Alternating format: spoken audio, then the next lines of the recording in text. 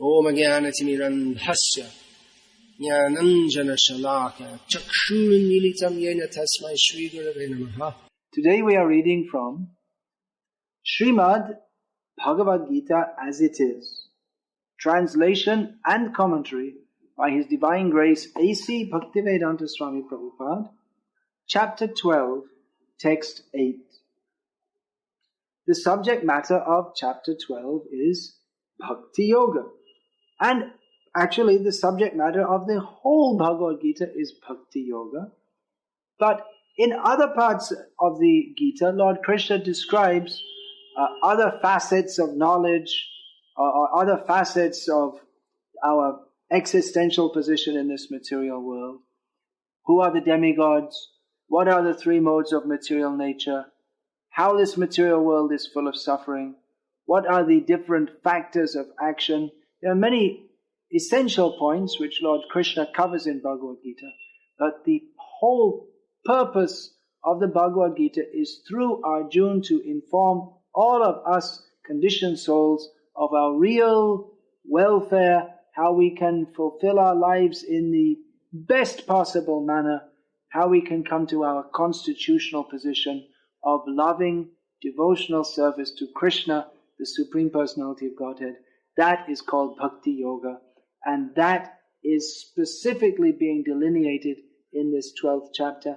And in this verse, Lord Krishna defines, or he tells to Arjuna what he should do to be engaged in Bhakti Yoga. What is Shuddha Bhakti, or pure Bhakti?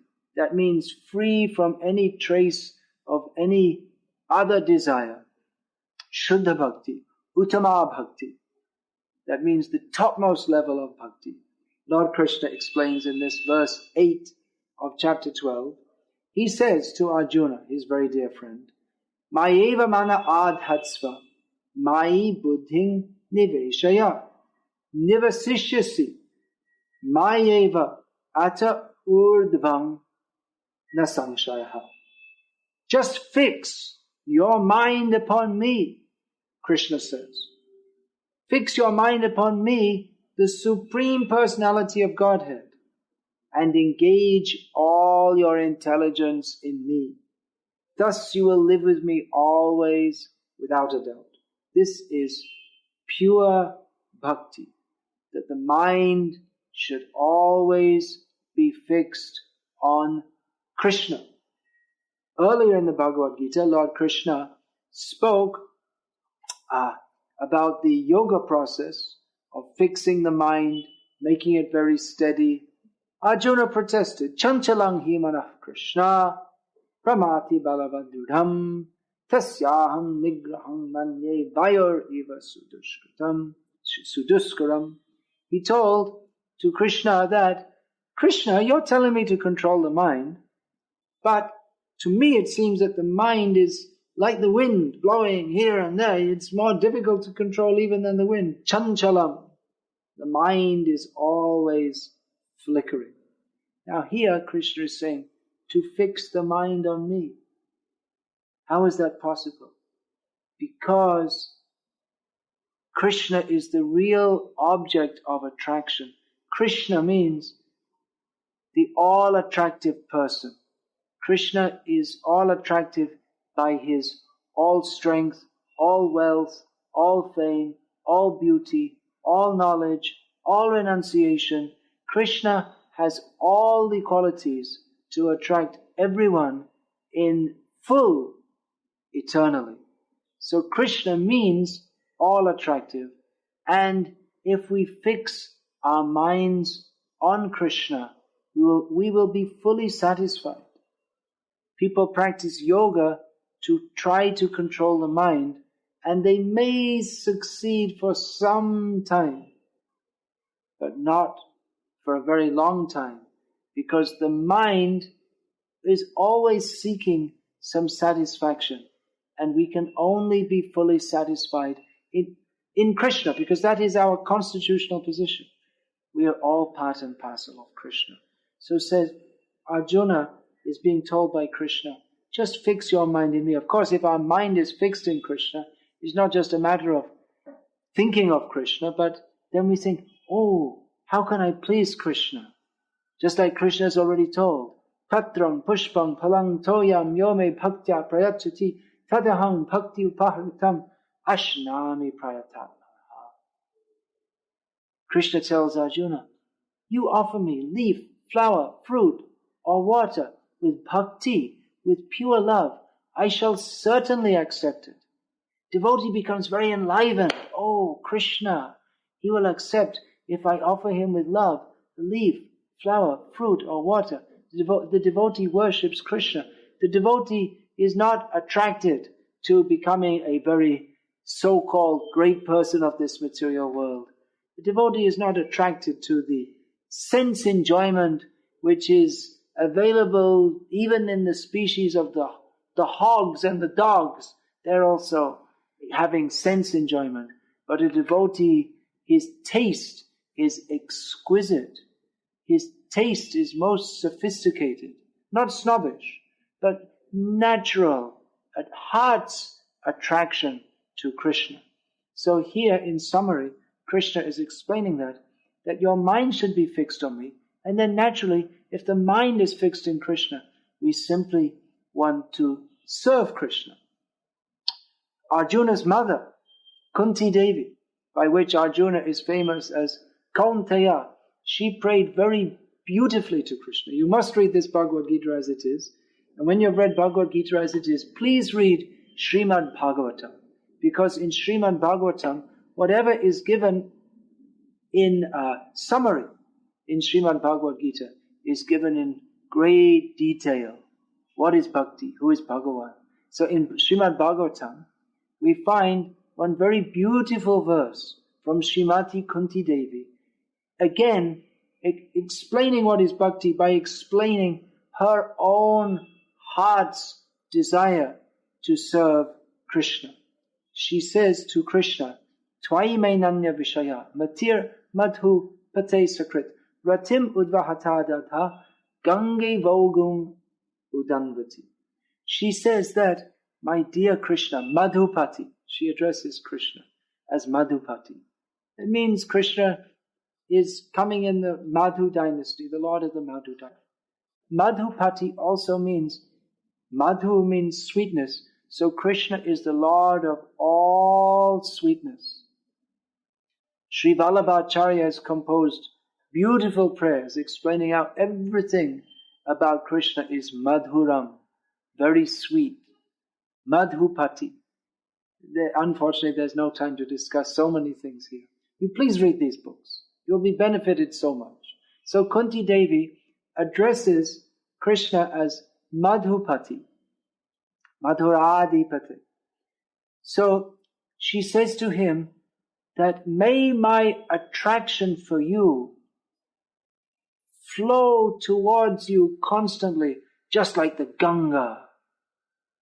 You've seen the Ganga? She rushes. The Ganga is not a meandering stream. Right from the source of Ganga, Gomukh, then Gangotri, and then Ganga comes down through Sapta Prayag, down through the Himalayas, down through Haridwar, and then all the way down. So many holy places are on the bank of the Ganga. Kashi Tirtha, and comes down through Calcutta and reaches Ganga Sagar. All the way from Gomukh, all the way down to Ganga Sagar. Long stretch, some thousands of kilometers. Ganga is rushing, very fast river. So she is saying, Kunti Devi, she's giving this example.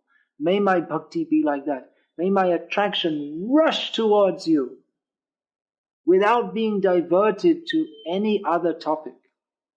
Nowadays, of course, they're making canals from the Ganga. That's like a diversion. Our bhakti should be like the Ganga rushing towards the ocean. So our mind should rush very strongly towards Krishna and not be diverted. We shouldn't canalize our minds into thinking of anything else but Krishna. This is called unalloyed devotion. Our most worshipable and beloved Guru Pada Padma, Srila Prabhupada, he often used this term unalloyed. Now unalloyed, that means pure. That's used for metal. We say pure gold, unalloyed, 24 karat gold, no mixture, nothing false, only pure, unalloyed gold. So our bhakti should be like that, unalloyed. That means Uttama bhakti, anyabhilashita shunyam jnana kamadhyanavrita anukulyena krishnanushilanam bhakti rutama.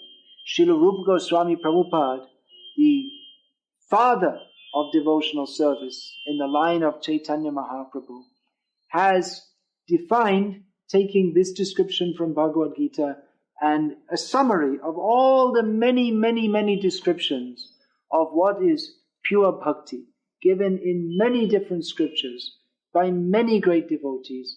Rupa Goswami Prabhupada has given the essence by defining that bhakti should be without any other desire. Our only desire, the only desire of a pure devotee is to serve Krishna, is to satisfy Krishna, is to always think of Krishna. This is pure devotion. So, anya abhilasha shunya. We should have no other desire. Therefore, Krishnarte akela cheshta. Rupa Goswami has also said that pure devotion is also defined that every endeavor we do, everything we say, everything we think of, everything we do, any undertaking, simply centered on Krishna. How can I satisfy Krishna? This is pure bhakti. So Rupa Goswami describes, we should cultivate the sense of performing everything simply for the satisfaction of Krishna without any other desire. Jnana kamadhyanavrita. Avrita means covering. So jnana means the path of spiritual elevation by which we simply try to cultivate knowledge of the Absolute without recognizing that Krishna, the reservoir of pleasure, the object of all love, the all-attractive person, he is the person to be loved. He is the last word in the absolute truth. In jnana, in the process of jnana, we, in a detached manner, we become detached from this material world, but we're also detached from Krishna. That means we're not in bhakti. We think we have to become detached. Let me analyze this world. This is good, this is not good. Let me become detached from this world. But if we're also detached from Krishna, who should be the object of our heart's love, then that is a covering over bhakti. We cannot achieve pure bhakti, or rather pure bhakti is defined as being freed from all other desires other than those simply to always think of Krishna, always serve Krishna, always be happy in the shelter of Krishna's divine lotus feet. So this jnana, that I shall study the Vedas, I shall become detached, the Absolute is impersonal, not a person. We may worship Krishna, but ultimately we want to merge into the Jyoti. This is although in one sense it's far more elevated than simply endeavoring for gross sense gratification, but it's not pure. It's not the highest standard of spiritual understanding. It's not in direct relationship with Krishna. So it's also a contamination. It covers the real heart's desire, the real nature of the jiva, the living being, to always love Krishna and always live with Krishna. So what to speak of karma or the path? It's also a religious path, but the path of working in a pious manner, following the Vedic instructions, not doing anything sinful, but with the idea that by doing so, I will get a good result in a future birth. This is even lower path than jnana. So bhakti may be executed. One can do bhakti, one can approach Krishna, but also doing bhakti, but at the same time thinking that, well, I'll also do some punya karma, some pious activities, and by Krishna's grace, I'll go up to a higher planet, or we're worshipping Krishna, but our ultimate aim is to become detached from everything, even detached from bhakti. So these are contaminations. And when one understands, like Arjuna has understood, when one understands, as Krishna has taught us, as Rupa Goswami has taught us, that our real self-interest and the real dharma of the soul, not of the mind or the body, the dharma of the soul is simply to love Krishna, simply to serve Krishna, simply to always think of Krishna. This is unalloyed devotional service. That should be practiced anukulyena Krishna anushilanam. Bhakti should be practiced. We should perform bhakti with this intention.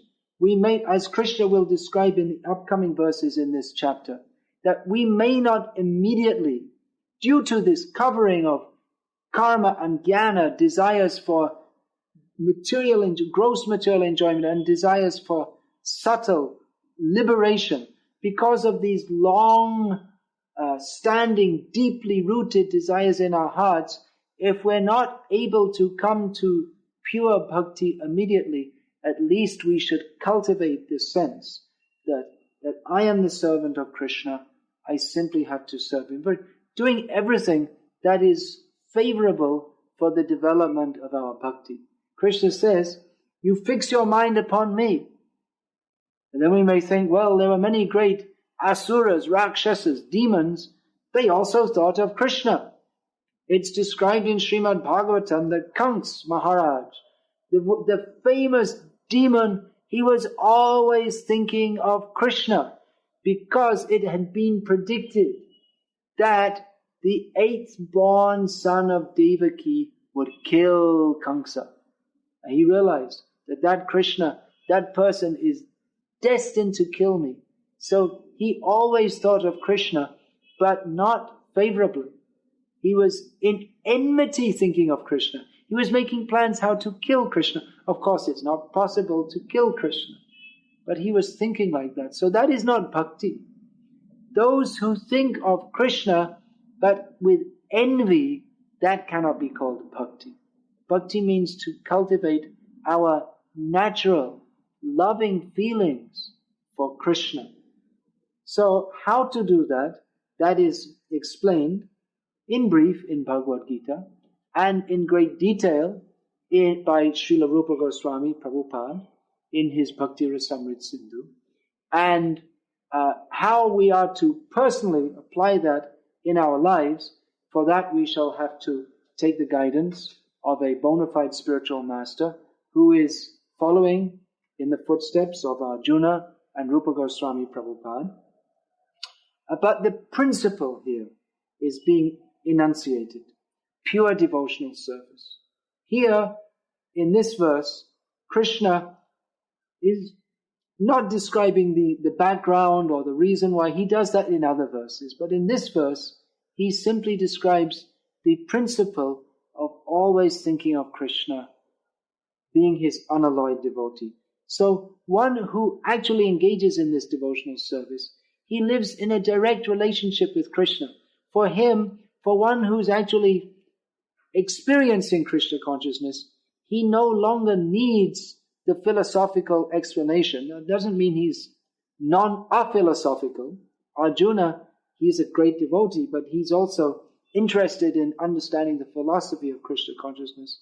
But for a great devotee, he is experiencing Krishna at every step of his life.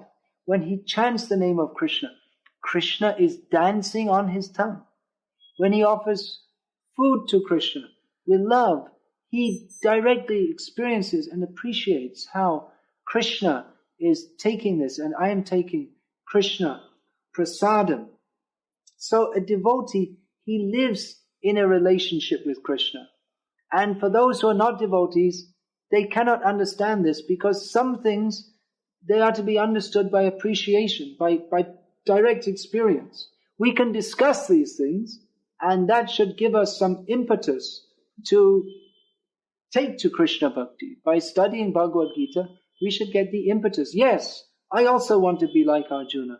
I also want to be a devotee of Krishna. But what is that bhakti? What is the experience? That we shall have to take to bhakti to understand. Just like an example. You can do a PhD studying honey. You can write, honey is very sweet. There are many varieties of honey produced from different flowers, different bees, in different seasons. What are the uses of honey? What is the history of honey production? How much honey is produced all over the world? You could write probably hundreds of books about honey, but you won't know what it tastes like unless you take the cover off the jar, put your finger in or a spoon in. Oh, honey is so sweet, so nice. But if you read a book about honey, you cannot experience that. So Bhagavad-gita is the book which teaches us about bhakti, but we actually have to do it if we are to experience what is the sweetness of bhakti. It's very nice. You read this Bhagavad-gita as it is. Yes, please read. That's also part of bhakti. But we have to actually take up the process. Chanting Hare Krishna and then following the rules of purified life that will help us to raise our consciousness. There are many activities in bhakti. Offering food to Krishna, going to the temple of Krishna. Most important, of course, in this Kali Yuga, this age of quarrel, is always chanting the names of Krishna. So we recommend that. Read this Bhagavad-gita as it is, chant the names of Krishna, and you will experience the sweetness. Who is Krishna? Krishna is the supreme sweet person.